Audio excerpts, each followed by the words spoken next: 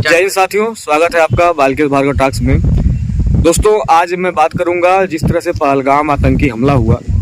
देश के तमाम मीडियाज, तमाम लोगों में एक ही बात आ रही है, सरकार बताए, सरकार बताए, सरकार को जवाब देना चाहिए। दोस्तों, मैं बताऊंगा कि सरकार कोई भी हो, ये आतंकियों का कोई मजहब नहीं होता है। अगर उनको जो कुछ करना होगा ना, वो करेंगे।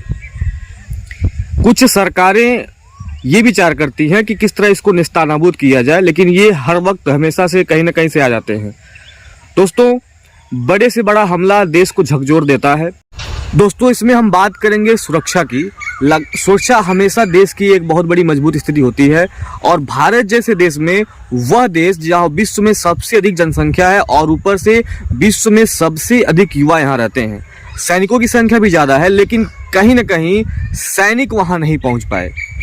किस तरह से सैनिक की व्यवस्थाएं रखी गई देश में, सैनिकों की क्या कमी है देश में, इतने बड़े युवा शक्तिशाली देश में सैनिकों की कमी, ये बहुत ही शर्म की बात है। दोस्तों, मैं बता दूं आपको, भारत में इतने बेरोजगार युवा, या कह लीजिए ऐसे युवा देश में हैं कि अगर उनको केवल छूट दे दी जाए तो भारत के ऐसे युवा इतने आक्रोश में आ जाएंगे, वो पूरे पाकिस्तान का नेस्तनाबूद कर देंगे। लेकिन सैनिक के रूप में वो जाना चाहते हैं। आपको बता दें, सुबह 4 बजे उठ करके वो सैनिक, ये नौजवान साथी सैनिक बनने का सपना लेकर के भारत में रहते हैं। फिर भी उनको चांस नहीं मिल पाते हैं। जब से अग्निवीर करके कुछ और चीज़ें आई हैं, वो चांस भी ख़त्म कर दे रहे हैं ये युवा। तो सैनिक, सुरक्षा, ये ज़रूरी चीज़ें हैं, और वो सुरक्षा के इंतजाम पहलगाम में नहीं हो पाए, ये बड़ी बात है। तो सबसे बड़ी बात ये सामने आती है कि कम से कम देश के बेरोजगार युवाओं को ऐसी फौज खड़ा करे सरकार कि ऐसे जगहों पे ऐसे उन इंतजाम सुरक्षा के हों कि ये आतंकियों का कोई वहाँ पे ठिकाना ना बन पाए।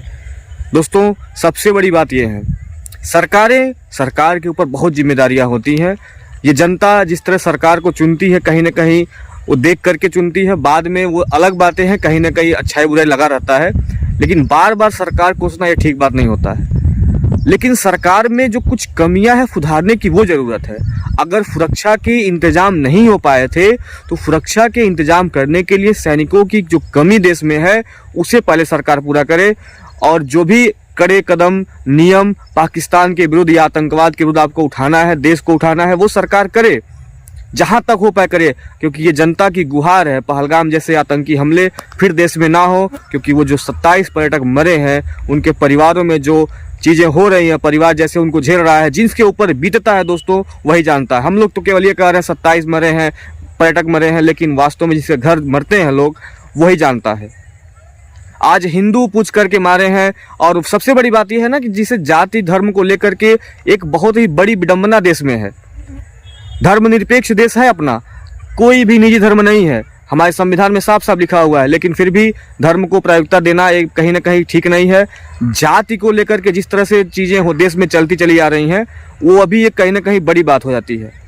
जाति के नाम पे शोषण होना भी देश के लिए बहुत ही शर्म की बात है कि कहीं बड़ी जातियां हैं, कहीं छोटी जातियां हैं, कहीं दलित है, कहीं निम्न जातियां हैं। तो ये अपने आप में कट्टरता आ गया है। देखे होंगे आप लोग कि जातियों में पहले लिखते थे लोग कि फलाना जाति फलाना, लेकिन अब कट्टर जाति को संबोधित कट्टर वर्ड से करते हैं। भारतीय होने का गर्व करिए, इंडियन होने का गर्व करिए। और जिस तरह से ये आतंकी इस बदलाव को लेकर के, इस टूटे हुए चीज को लेकर के, अखंडता को लेकर देखकर वो लोग क्या सोच रहे हैं कि बस बिखराव किया जाए, कहीं ना कहीं उसका फायदा लिया जाए। दोस्तों, भारतीयों को एक होने की जरूरत है। इस समय भारत एक हो, भारत के लोग एक हो, उनका विचार एक हो। दोस्तों, इसी के साथ ही जय हिंद, जय भारत।